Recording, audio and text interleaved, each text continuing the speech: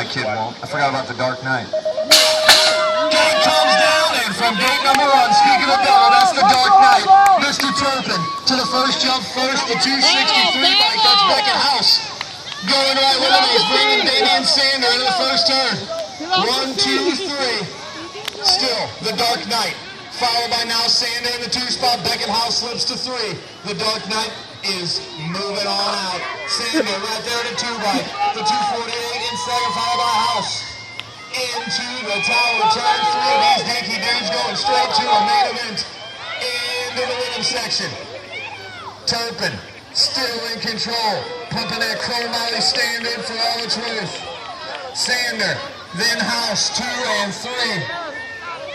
The 208 of Seth Potter on the outside looking in right now because 3 of them going direct to the main. We'll take the Dark Knight. He does nothing but win. Followed by Sander.